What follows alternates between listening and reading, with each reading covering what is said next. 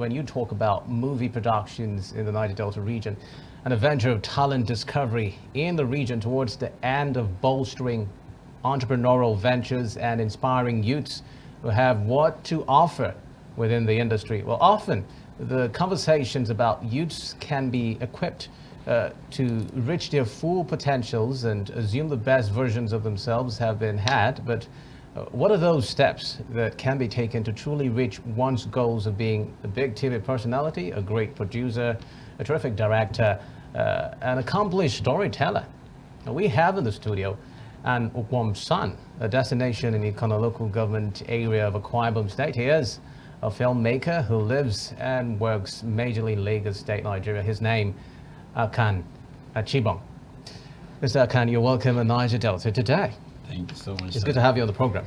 It's good to have you on the program, and being a Niger Deltan, it's great to see that you're investing so much in the film industry, the creative industry. But I understand, as a filmmaker, most times you're behind the scenes. How does that feel for you, getting to be the one to make the stars and you're just behind the scenes? Yeah, I always feel great, because you know, I don't like to act, but when I started as a production assistant, and I saw two people behind, I'm like, who are these guys? And that was the director and the continuity person then. I never had a flair or love for acting, so but when I saw a director and a continuity person, you know, they were always talking. I'm like, who are these guys? I want to be like them. And so my love from the beginning was how to be a movie maker, not an actor. Indeed, because I mean, when you look at it critically, you'd see that the art of producing movies, they're actually those ones that make the movies happen. So it's good to even be in that rung of persons that actually make a great movie happen, not necessarily the ones that are acting in it, but that you created it. Yeah. There's some level of pride that comes with it. But then that's that for that particular issue.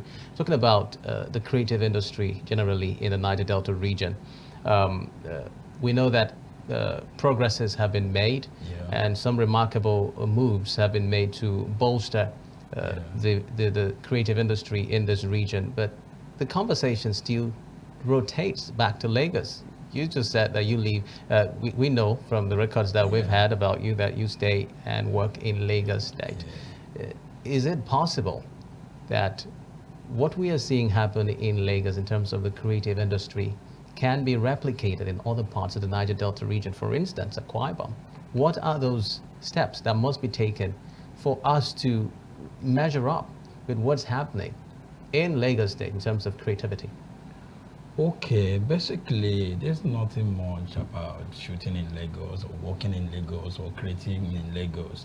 You know, I think the most important challenge I feel in this part of the country, that's the Niger Delta region, is investment. So we hardly have some investors here. I had some issues, you know, sometimes I came to work here in Akwa Ibom. It's not that I haven't worked here, I do, but it's very, very, very minimal. But then I feel the number one issue that we've been having from this area, part of the country, is that we don't have enough investors that would invest in filmmaking. So in Lagos, we have a lot of people, you know, for example, I've been here in Akwa Ibom since last month. Only one or two persons has called me for a job. But in Lagos, as I speak with you now, I have some offers. Just that today someone called me, are you free for weekend? So I'm not done.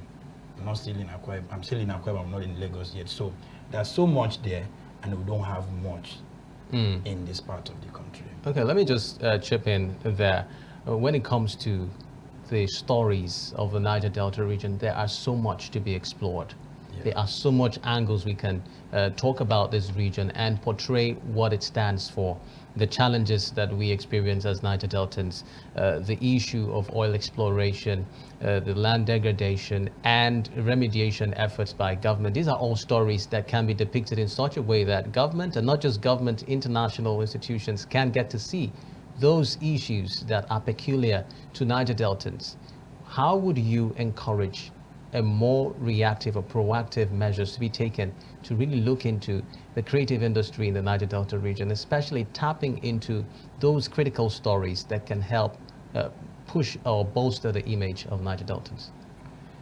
Yeah, how do I I think, like I said earlier, we have, as you said, we have not touched much of our stories. If you see the Igbos, they've done so much in their stories, but as you said, we don't have much. Why are we not doing this? Because, as I said earlier, if we have some investment, we have maybe the help from the government, there are some good stories that we could tell. But number one issue that I know we have as from this region is that we don't have people to come in and invest. Now, if we can have some help, maybe from the government, from individuals from this region, we could do some. There's good stories. I had one while I was here in Akwa Ibom. A friend, a younger colleague, called me and said, "Boss, I understood your NGO." I said, "Yeah." So I have a story I want us to tell. When I went through the story, I thought, wow. So we have something like this. But man, when they ask me how much can we take, how much does it take us to produce such film? Like when I told him the amount, they're like, wow, how do I start? So we have so many stories that we can tell from this region, but then finances. Okay, but we do understand that in terms of even the production, some of the productions you have in Lagos, there are certain scenes where you get to rural areas, even some places here in Akwa Ibom. So understanding the location is really not the problem, but majorly on investment. Yeah. So then, from your stories, even while in Lagos, isn't there a possibility where, even while in Lagos, you tell the Niger Delta story from your productions in Lagos? Isn't that possible? It is very possible, Majorly I produce and I also direct. Now, the people we call the executive producers. These are people that are the sponsors of the film. So sometimes they give you the story they want you to tell. You understand? So sometimes I will just stay and then they'll bring a story. This is the story I want you to work on. What is the cost for it? I'll just do it. So, but if I have a story from the Niger Delta region, better for us. Because there are some untapped stories that we have not even touched. Okay, well, let's talk about what it takes to put out a solid film. I know that Nollywood has been doing some great work when it comes to cinema movies, and some great productions have been put out that you sit back and cringe and say, wow, Nollywood has really moved a notch higher, steps higher. Now, when we talk about the finances that go into making a solid film that people can sit back and enjoy and not just be like, okay, it is a pedestrian production. What would you say are those, the financial implication of making a solid movie? Okay, a producer once asked me this, presently we have films that will say I will go to the cinemas, there's some for Netflix, and we also shoot for the YouTubes. Now if you want to do a good film that will tell in the cinema, I'm not sure there's any film you could do below 100 million.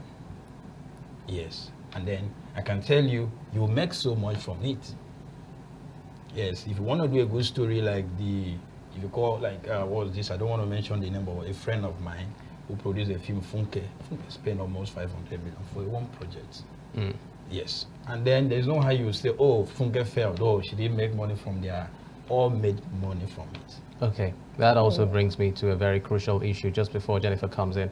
The issue of how they make this money. I mean, you just reeled out a very humongous amount that is naturally supposed to be sunk into one production alone.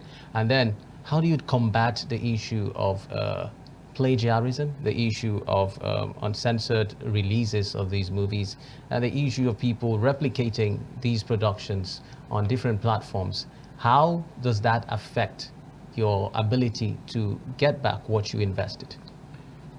Well, recently I think we have actually tackled those area of piracy and the rest, So, if you ask how do we make money from, if we invest, let's say like a 200 million into a film project, and then how do you make it? And then when you get to the cinema, people come to watch film in the cinemas, and then there are adverts.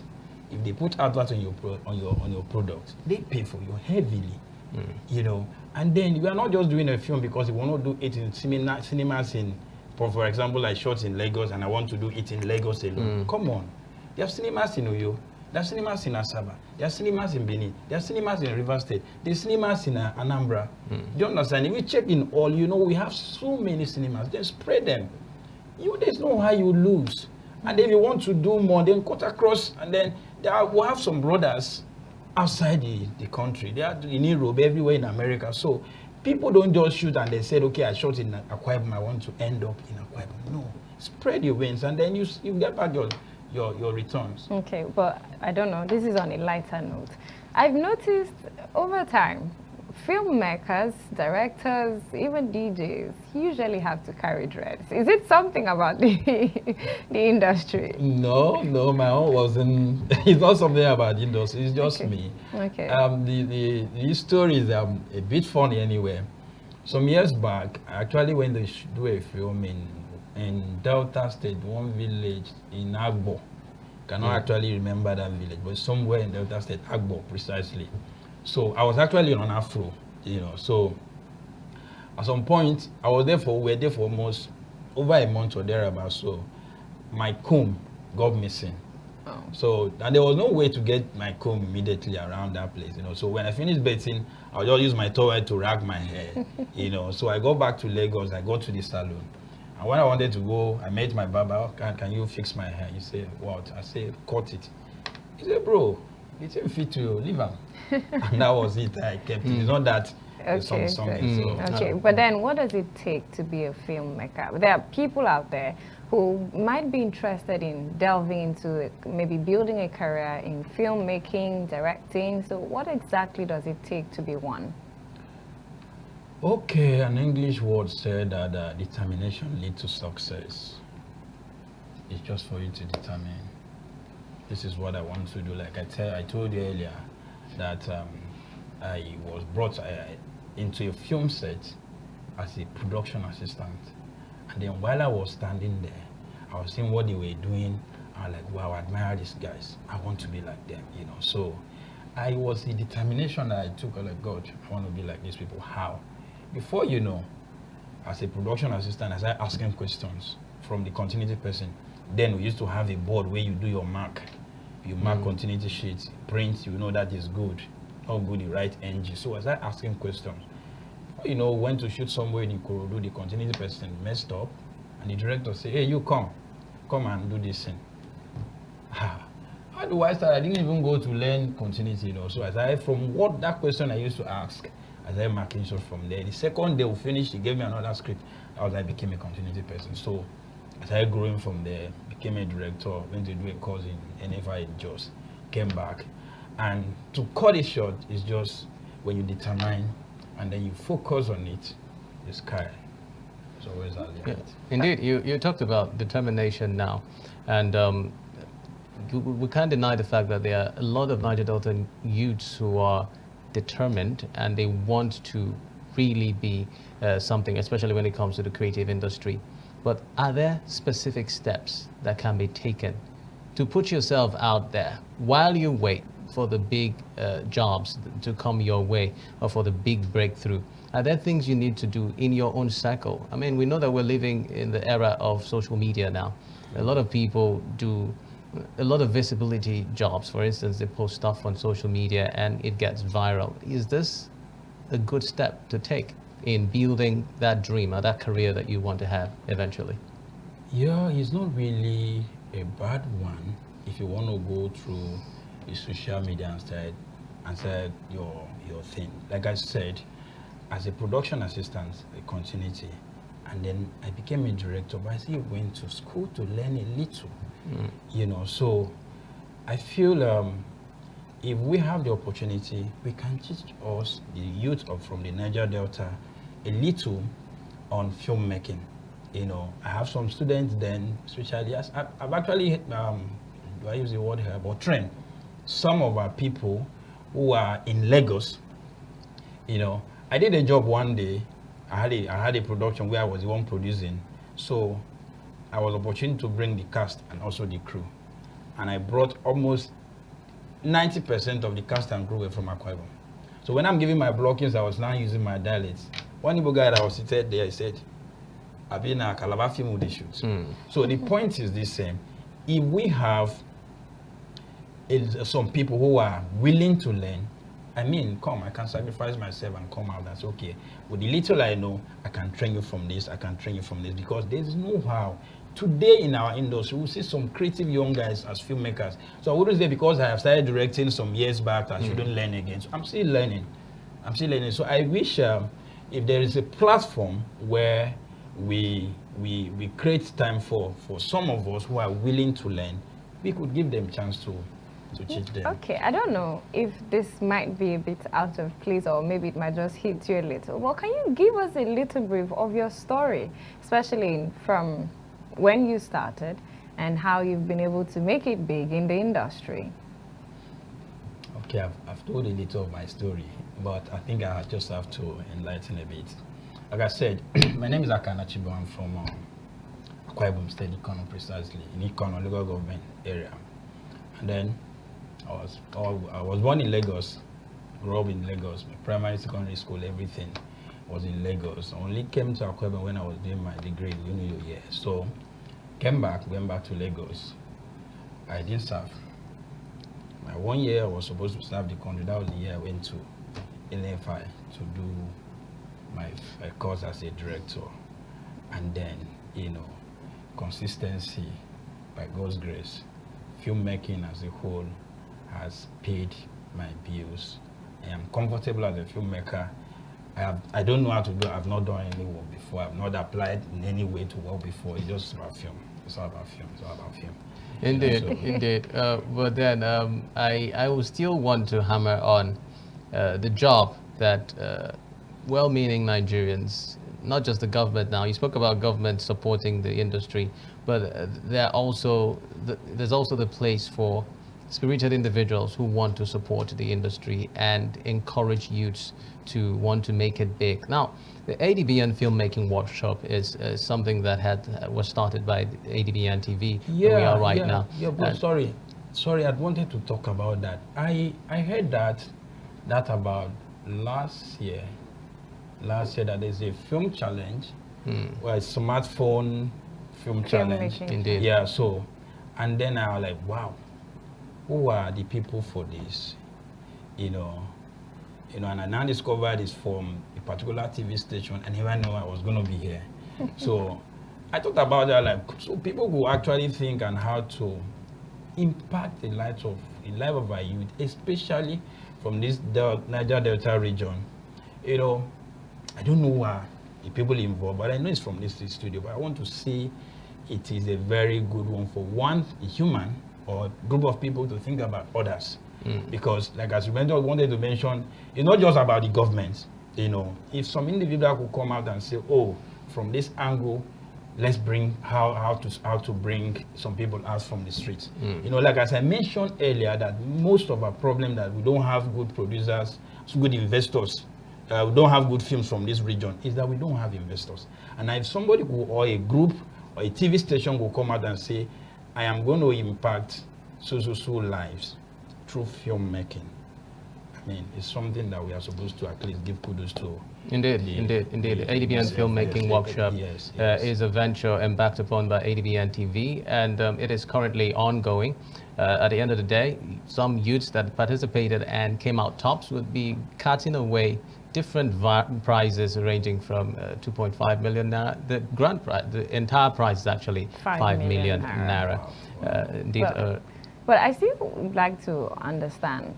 I'm still on the side of people who want to build a career in filmmaking. Do you think that beyond just going to Lagos, or where are places where they can easily find opportunities to help them build that career? Is it just in Lagos, or these opportunities are perhaps scattered across the country? It cannot just be in Lagos. ADBN Film Network has started a project already. And this station is not in Lagos. It's in the region of the Niger Delta. So you can be anywhere and then become good in whatever you are doing. Like I said, if, for example, if we have some individuals from this region, Niger Delta, that could say, okay, we have some key people, because, we have some people from that region who are actually doing well. Some are my senior colleagues, some I'm a bit higher than them, So if we have some of them, Some people will say, okay, for you as a filmmaker, come and teach us about film director, come and teach us about directing.